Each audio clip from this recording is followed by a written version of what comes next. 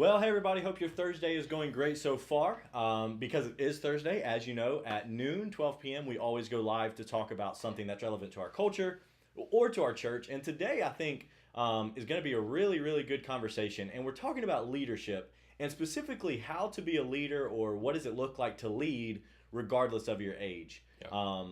This is something that, if I'm being honest, probably one of the more personal ones we've done in a while, just because I am, in my context, a leader at New City Church, and only being 24, I think that's one of the first things that, when being hired as staff and leading groups of people, that's one of the first things that kind of trip me up sometimes is like, I'm 24, was 23 when I was hired and started doing this. And I mean, can I really be a leader when people I'm leading are older than me, have more experience in church or whatever it might be? So I think this will be good tips, not just for you, but for me as well. Yeah, I mean, we're saying regardless of age, but if we're being real, we're both young, so we are talking mostly to leading as as a youngin, you could As a say, youngin. as a youngin. But I mean, regardless, these are good tips regardless of what age you are leading. So start us off. First thing that you can think of. First things first, regardless of your age, but especially comes into play if you're younger, is to be confident. Be confident. So I think this goes a long way. I mean, especially if you're younger, it's you can get in your own head a lot, especially if you're leading people that are a lot older. Yeah. And confidence goes a long way. Yeah, I mean, here's the thing, and I think this is helpful for whatever context you're in, but honestly, I can only speak to working in a church context, and so as a Christian being on staff, one of the things that I have to be constantly reminded of and remind myself is that God has called me to do this, what I believe that God has put on my life. And so whether you're in a church or not, I am. Maybe you're a Christian, you're a businesswoman or businessman or a teacher or whatever that looks like. I think the first thing that we have to realize is, yes, you want to be confident in yourself. Like, look, if you have no confidence in yourself, that's going to come across in the way that you talk to people, the way that you are leading people, because we want leaders who are confident. But more than that, I think we can be confident that, like, hey, God has really put this desire in me to do what I'm doing. So whether that's serving in church or I really love teaching, I really love helping people. Heck, I really love working at Starbucks. Like any avenue that I'm working in and leading in, I think we have to be confident in, number one, ourselves, but also confident that, God, if you have called me to do this, you've put these desires, put these giftings of whatever it might look like in my life, it's for a reason. So yeah, and honestly, the whole leading as a younger person, I've been in scenarios where I've led people that are much older, and I've been led by people who are much younger. So I've kind of seen it from both aspects. And what I've seen is, obviously there's exceptions to every rule, but most people that are being led don't really care that much about the person's age, is what I've seen. They care about their confidence. They care about how they act. They care about how they present themselves and how they're able to handle situations. But for the majority of the time in my life and how I've seen it play out in other people's lives, most people don't actually care that much how old the person leading them is. So confidence plays a huge factor in it because honestly, the biggest barrier to leading as a young person is yourself. Yeah, I mean, and just as a side note, I was just thinking of this. Kevin, who is the worship leader here at New City Church, he kind of stepped into this role a few months ago, and the dude is 19. Yep. Leading worship, leading the band, even if he's not the lead singer on a Sunday, he's still leading the group. And I think about him, it's like, man, especially as a worship leader and being on stage in front of all these people, that's the one place, if you don't have confidence in what you're doing, it will show. Yeah. And what happens if Kevin doesn't have confidence, people point to his age. I think that's the first thing that you would point to. But he's just a really good example of what it looks like to be a college student, 19 years old, leading in a role, and he just shows so much confidence, and he's getting more confidence, I think, every Sunday. But I just thought of him because that's a good example. If you're not confident and people can see it, I think, especially if you're young, that's one of the first things they'll point to is like, oh, he just, he needs some more years on him, and over time he'll get more confident. Right. So lesson one, be confident. The second thing, and I think this is hard to do sometimes, but it's super necessary, is to always be learning. Here's the reality. I am only 24. And in my context, I haven't worked in church a very long time. Long enough to where I can say, oh, this is how it should be done. This is what's, sure, there's things that's worked for me, and same with you, but still to always be learning. So what does that look like? I'm going to show my age here. Follow different ideas on Twitter. For the longest time, I only followed guys and girls who had the same ideas as me. Once again, in a church context, so that's where I'm at.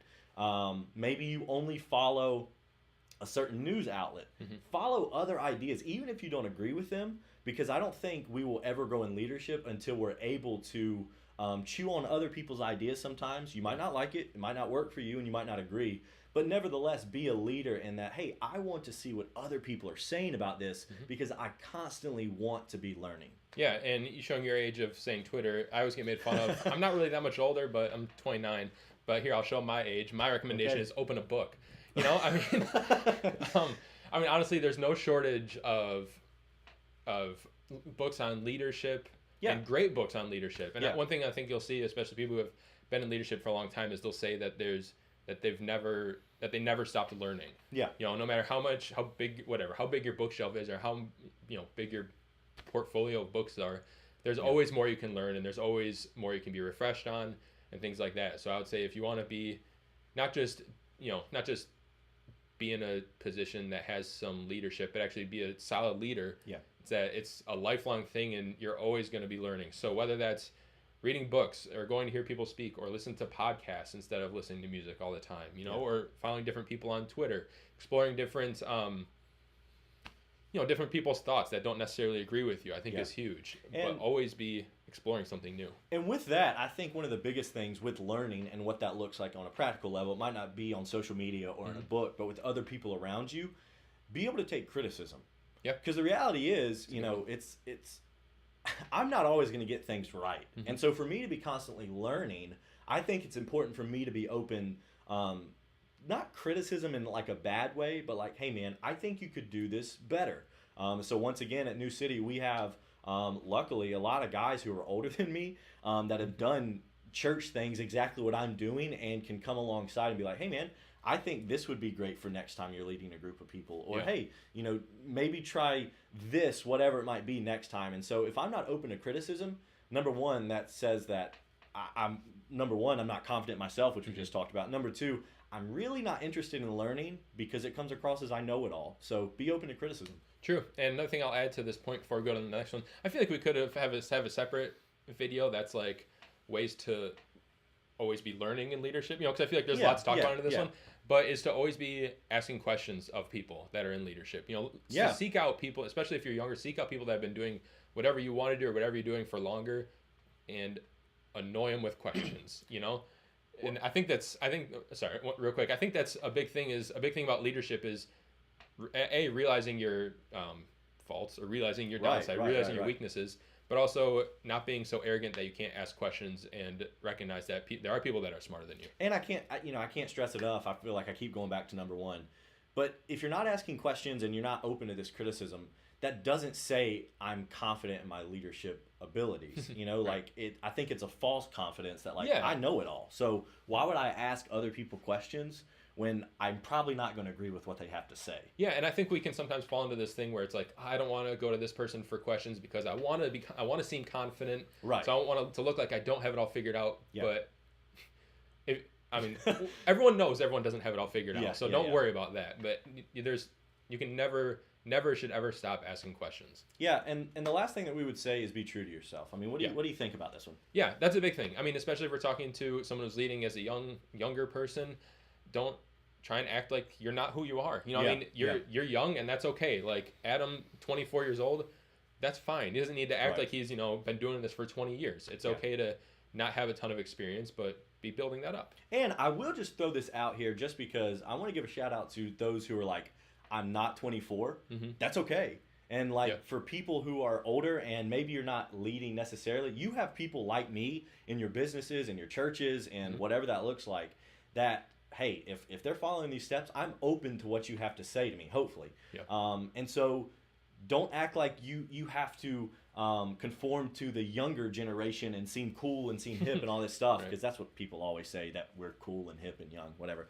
But if you're older, be an older person, because that means you have more experience, you have more stories to tell, you've probably failed a lot more than I have and can learn from those failures. Yep. And so please be who you are, regardless if you're 24 or you're 64, because as a 24-year-old, I don't have it all figured out. So I would love to hear from what's going on in your life. For sure. And I think another aspect of being true to yourself is playing to your strengths, of recognizing that there are things you're great at and there's things that you are not great at. And I think that one of the smartest things to do is to capitalize on where your strengths are. Yeah. I think a lot of times we fall into this thing where we recognize that like, hey, I'm not very good at this, or I'm not very good at this array of things, so I want to try and get better at all these things, so I'm great at everything. But really, what ends up happening is it just kind of levels out, and you end up being just kind of mediocre at everything. You know? Yeah, and one of the things with that we were talking about as a staff at New City yesterday, it was this idea in the book that we're going through that, hey, you might not be the best at this, but you might be really good at this, so practice this. So, like, for instance, the best thing that I think I bring to the place that I work at right now in my leadership is hospitality and connecting with people.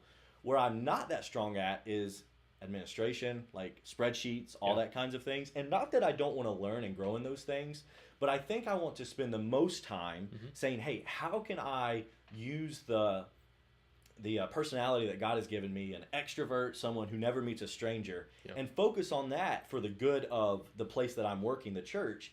And then knowing that, hey, when I do fall short in administration, I have guys like Brian who excels in Excel.